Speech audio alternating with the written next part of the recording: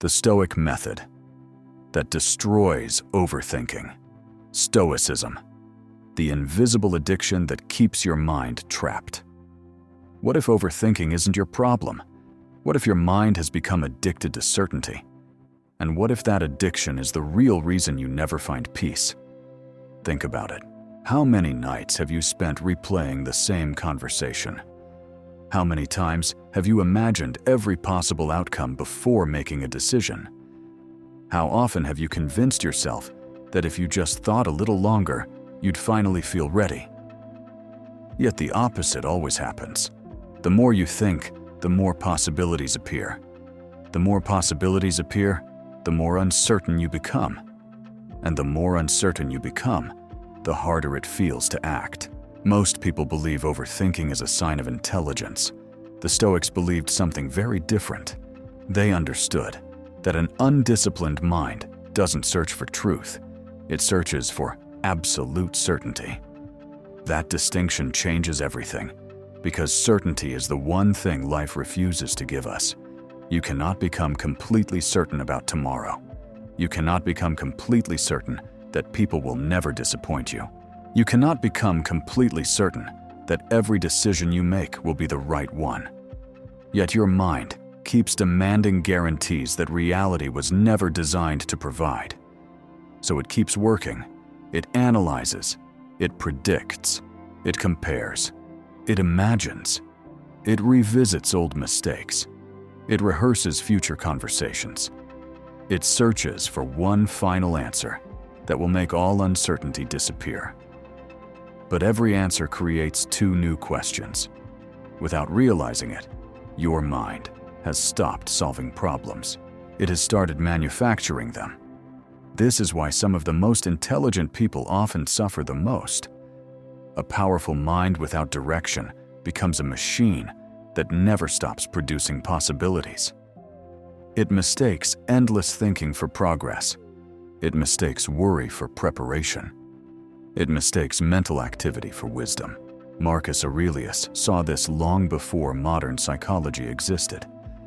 In the Meditations of Marcus Aurelius, chapter 5, he reminds us that peace does not come from controlling every possible outcome. It comes from governing the only thing that truly belongs to us, our own mind. That is the lesson most people never learn. Your thoughts are not keeping you safe. Many of them are keeping you trapped. And the prison is built from one simple belief. If I think long enough, I can eliminate uncertainty. You can't. Neither could Marcus Aurelius. Neither could Seneca. Neither could Epictetus. The difference is that they stopped trying.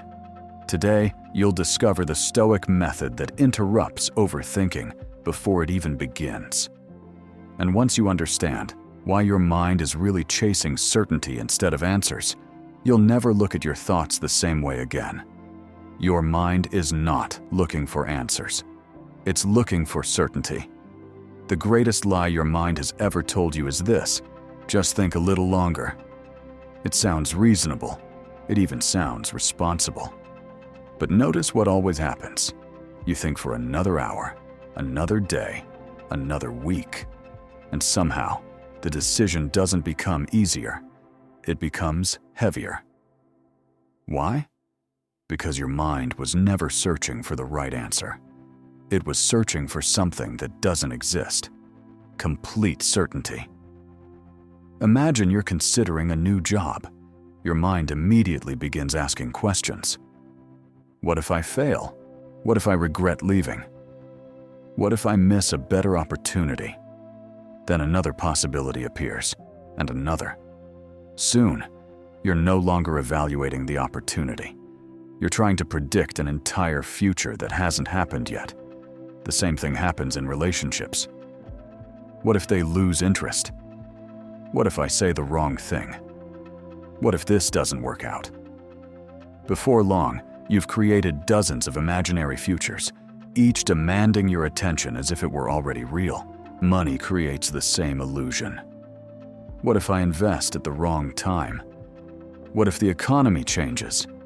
What if I lose everything? The mind keeps adding variables because it believes one more thought will finally remove all uncertainty. It never does. Every answer creates another question. Every prediction creates another possibility. Every attempt to control the future simply reminds you how much of it you cannot control. That is why overthinking feels endless. It isn't searching for wisdom, it's searching for guarantees. Marcus Aurelius understood this better than most people ever will. In the Meditations of Marcus Aurelius, chapter 5, he reminds us that our peace depends on directing our attention toward what belongs to us and refusing to become enslaved by everything that lies beyond our control. That idea is uncomfortable because it forces us to admit something we spend our lives resisting. The future cannot be mastered. It can only be met. Yet your mind keeps behaving like a lawyer, trying to win a case that will never be heard. It gathers more evidence, builds more arguments, reviews more possibilities, believing that one final piece of information will unlock perfect certainty. But certainty isn't waiting at the end of another thought. It isn't hidden inside another sleepless night. It isn't waiting inside another imaginary conversation. The Stoics understood that wisdom begins the moment you stop demanding certainty from a world that has never promised it. That raises a far more important question. If certainty is impossible to achieve, why does your mind spend so much energy trying to solve problems that don't even exist yet? The trap of solving problems that don't exist yet. Have you ever noticed how exhausting your mind can become without a single real problem appearing? You wake up feeling fine. Nothing has happened. No one has called with bad news. No decision has been made. Nothing has gone wrong. Yet your mind is already working overtime. What if tomorrow's meeting goes badly? What if they misunderstood my message? What if I lose this opportunity? What if I disappoint everyone? One thought becomes two. Two become 10. Soon, you're emotionally reacting to events that exist nowhere except inside your imagination. This is one of the greatest traps the Stoics ever identified. Most suffering does not begin in reality. It begins in anticipation. Your brain has an extraordinary ability.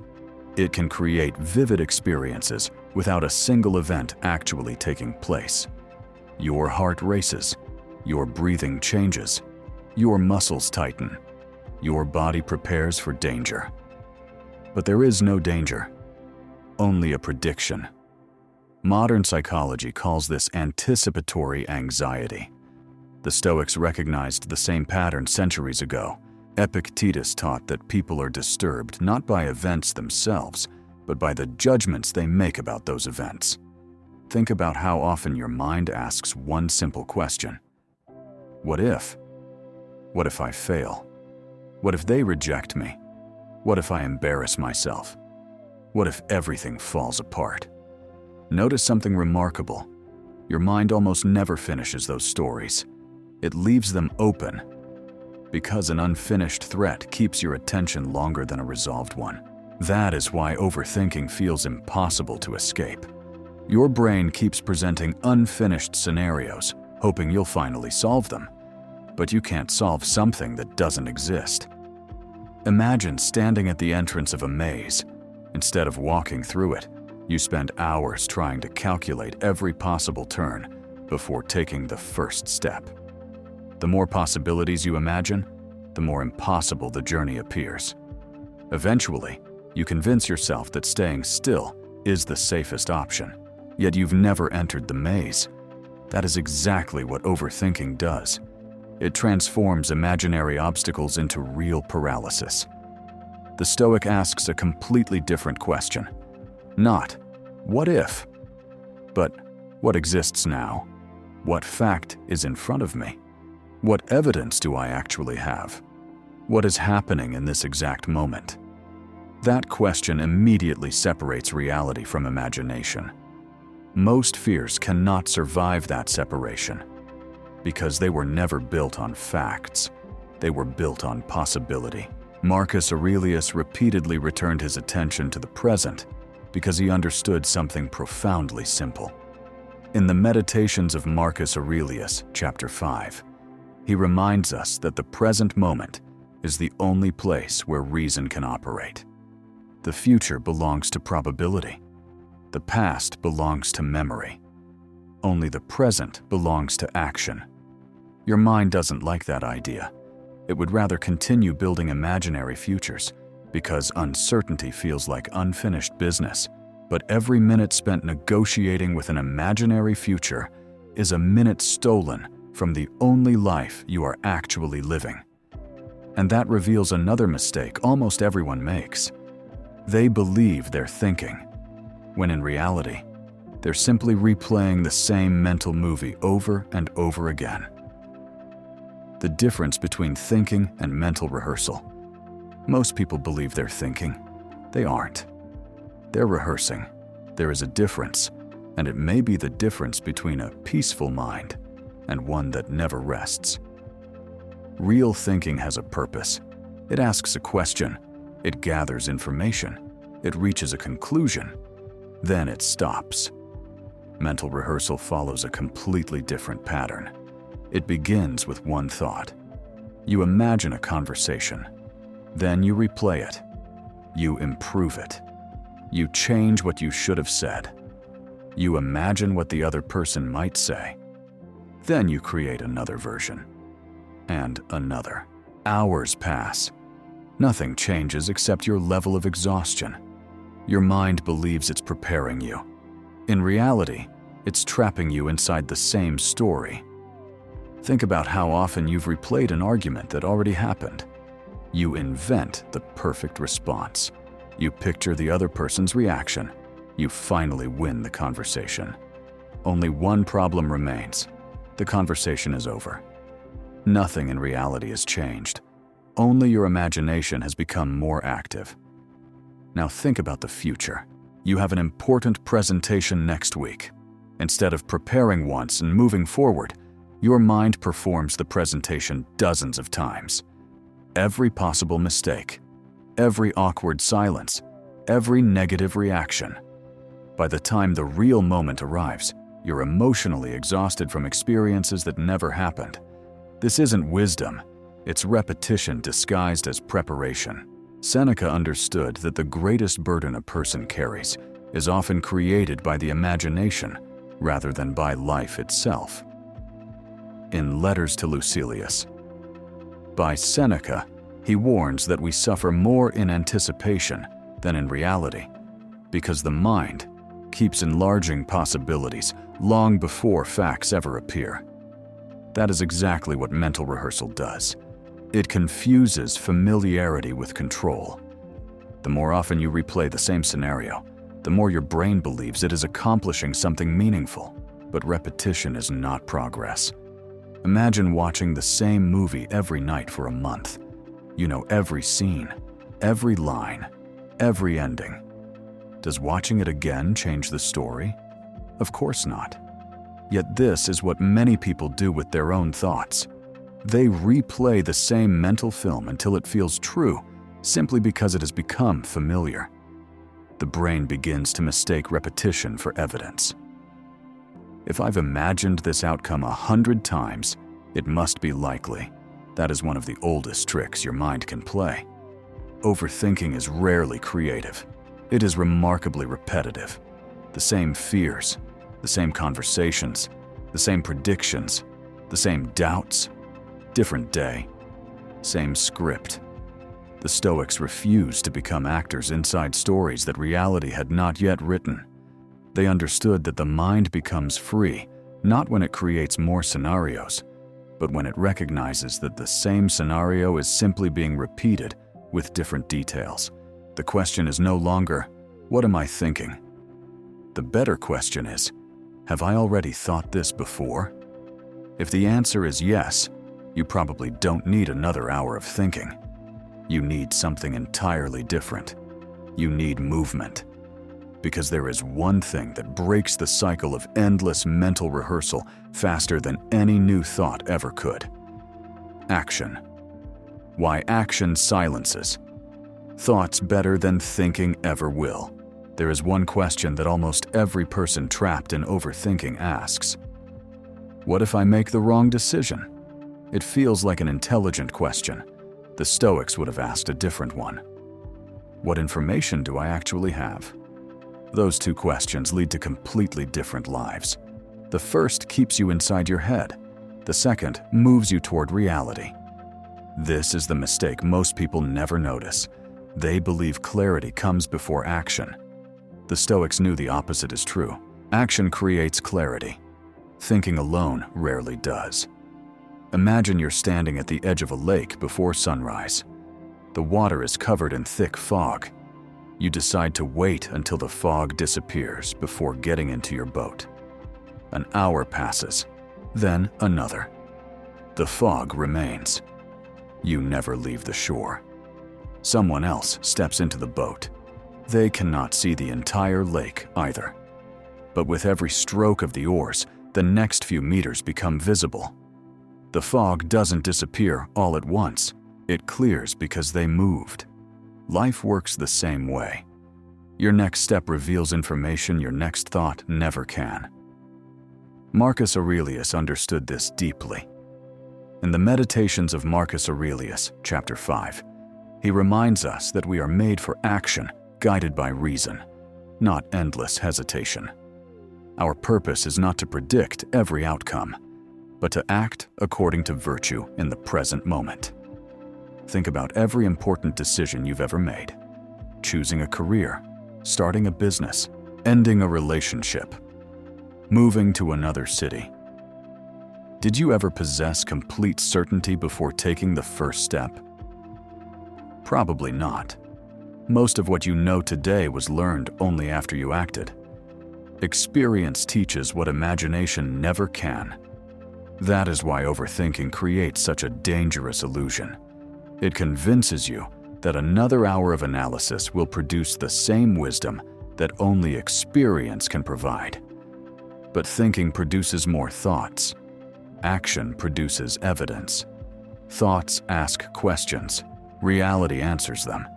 Every action, even an imperfect one, gives your mind something it desperately needs. Feedback. Feedback replaces assumption. Feedback replaces imagination. Feedback replaces fear with facts. The overthinking mind hates this because facts remove the endless possibilities it has been entertaining. Once reality speaks, imagination loses much of its power. That is why decisive people often appear calmer than everyone else. They are not calmer because life is easier for them. They are calmer because they spend less time negotiating with possibilities and more time learning from reality. This does not mean acting recklessly. The Stoics never admired impulsiveness. They admired deliberate action. Gather the facts. Reflect carefully. Make the best decision you can. Then move. Because once reason has done its work, continuing to think is no longer wisdom. It becomes avoidance. The longer you postpone action, the louder your imagination becomes. The longer you move, the quieter it grows. That is the paradox. The mind believes movement increases uncertainty. Reality proves that movement is what dissolves it. Yet there is one final illusion that keeps people trapped even after they understand this. They still believe that if they prepare enough, they can control what happens next. Your brain confuses preparation with control. There is a habit that feels productive while quietly stealing your peace. It sounds like preparation. It feels like responsibility. But in reality, it's an attempt to control a future that has not arrived. Think about the last time you had an important interview. How many times did you imagine every question they might ask? How many different answers did you rehearse? How many possible mistakes did you try to eliminate before walking into the room? Or maybe it was a first date. You replayed every conversation in advance. You imagined awkward silences. You planned clever responses. You tried to predict exactly how the evening would unfold. Then reality arrived. And almost nothing happened the way you imagined. The same pattern appears before presentations, before difficult conversations, before important decisions, before taking any meaningful risk. Your mind whispers the same promise every time. If I prepare for every possibility, nothing can surprise me. It sounds comforting. It also happens to be impossible. No amount of thinking can rehearse a reality that has not yet been created. Life is not a script, it is a conversation. Every moment changes the next. Every decision creates new circumstances. Every person responds in ways you cannot fully predict. The Stoics understood this deeply. They prepared themselves, but they never confused preparation with control. Marcus Aurelius knew that wisdom was not found in predicting every event. In the Meditations of Marcus Aurelius, chapter 5, he reminds us that our responsibility is to govern our own judgments and actions, not the countless external events that will always remain beyond our command. That distinction is liberating. Preparation is healthy. It gathers facts. It develops skills. It strengthens character. Control is an illusion. It tries to guarantee outcomes. It demands certainty. It refuses to accept that reality will always contain surprises. When preparation quietly becomes a search for certainty, it stops helping you. It starts feeding your anxiety. Your brain keeps moving the finish line. I'll feel ready after one more hour. I'll feel confident after one more article. I'll feel certain after I think about it one more time.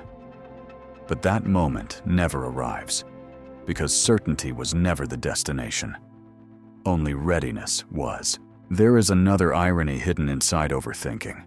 The people who spend the most time trying to avoid mistakes often become the most afraid of making them. Every imagined disaster feels like evidence that disaster is likely. Every new possibility feels like another threat that must be solved. Until eventually, the greatest fear is no longer failure.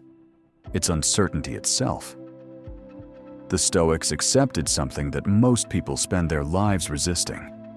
You cannot remove uncertainty from life. You can only remove your dependence on it disappearing. That is where confidence is born. Not when you believe nothing will go wrong, but when you know you can respond wisely if something does. The strongest mind is not the one that predicts every possibility. It is the one that remains steady when possibilities become reality. And that steadiness begins with a simple habit that quietly ends the noise before it has the chance to take control. The Stoic habit that ends the noise. What if the goal was never to silence your mind? What if the real goal was to stop following every thought it creates? Most people believe peace arrives when the mind becomes quiet. The Stoics discovered something far more powerful. Peace arrives when the mind is no longer in charge. Think about standing beside a busy road.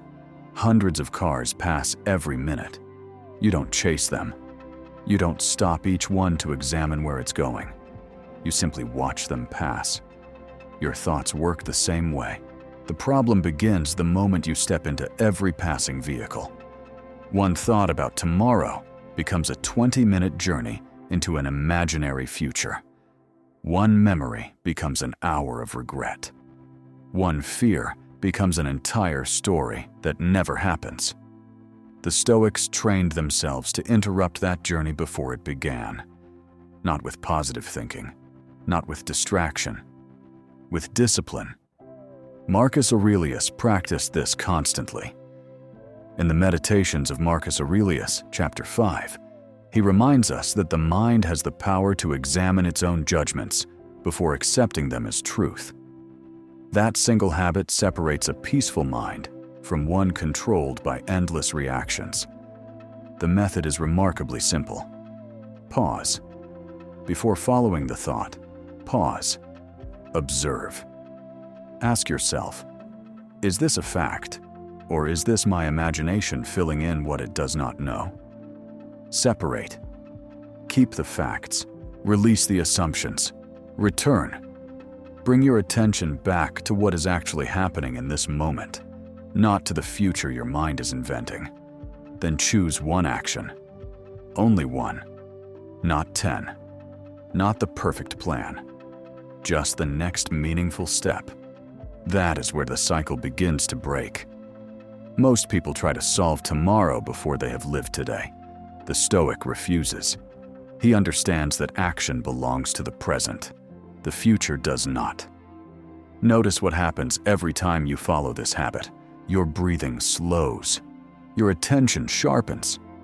Not because your thoughts disappeared, because you stopped treating every thought as an instruction. That is the freedom Marcus Aurelius discovered.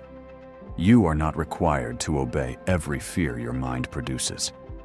You are not required to solve every possibility it imagines. You are only required to govern your own response. This is why the Stoic method has endured for nearly 2,000 years. It does not promise a life without uncertainty. It teaches you how to remain steady within it. The goal was never to empty your mind. The goal was to direct it. Because a mind with direction will always be stronger than a mind searching for certainty. And once you understand that difference, everything changes. Not only the way you think, but the way you live. The greatest mistake people make is believing that overthinking is caused by having too many thoughts. It isn't. It's caused by asking your thoughts to do a job they were never designed to do. You ask them to predict the future, to eliminate uncertainty, to guarantee success, to protect you from failure, to make sure nothing painful ever happens again. Your mind accepts the assignment, and it never finishes it, because it can't. There will always be another possibility, another risk, another question, another what if. That is why overthinking never ends on its own. It doesn't reach a conclusion.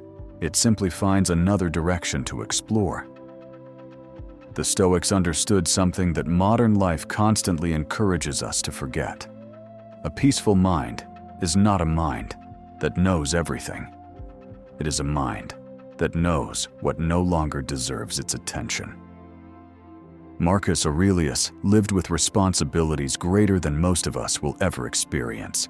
He ruled an empire surrounded by war, political betrayal, disease, and uncertainty. Yet he never waited for life to become predictable before finding peace. In the Meditations of Marcus Aurelius, chapter 5, he reminds us that our greatest freedom lies in governing our own judgments, rather than demanding certainty from a world that can never provide it. That lesson changes everything, because the goal was never to think less. The goal was to stop believing that endless thinking could ever create certainty. Every moment you spend trying to control tomorrow is a moment you no longer possess today. Every imaginary conversation steals attention from the real one happening in front of you. Every prediction about the future quietly pulls you away from the only place where your life is actually unfolding. The present. The Stoics were never trying to escape reality. They were trying to return to it, again and again, whenever the mind wandered into fear. Return, whenever imagination became louder than facts. Return, whenever uncertainty demanded another hour of thinking. Return, not because the future stopped being uncertain, because your character became stronger than your need to control it. That is where real confidence begins. Not in having every answer, but in trusting yourself to face whatever answer life eventually gives you. You don't need to predict every obstacle before taking the next step. You don't need to solve problems that reality hasn't created. You don't need permission from your own fears to begin living. You only need the courage to direct your attention back to what is true, back to what is real, back to what is happening now. Because clarity is rarely discovered inside another hour of thinking. It is discovered through action. through experience, through discipline, through living according to principles instead of possibilities. That is the Stoic way. And perhaps the greatest freedom you will ever experience is realizing that peace was never hiding at the end of another thought. It was waiting on the other side of letting that thought go. If this video helped you see overthinking in a completely different way, subscribe to the Discipline Code. Every week, we explore timeless Stoic wisdom to help modern men build self-discipline, mental toughness, emotional control, focus, resilience, quiet confidence, and unshakable character. Because your greatest battle has never been against the world. It has always been against the illusion that your mind must control what only life can reveal.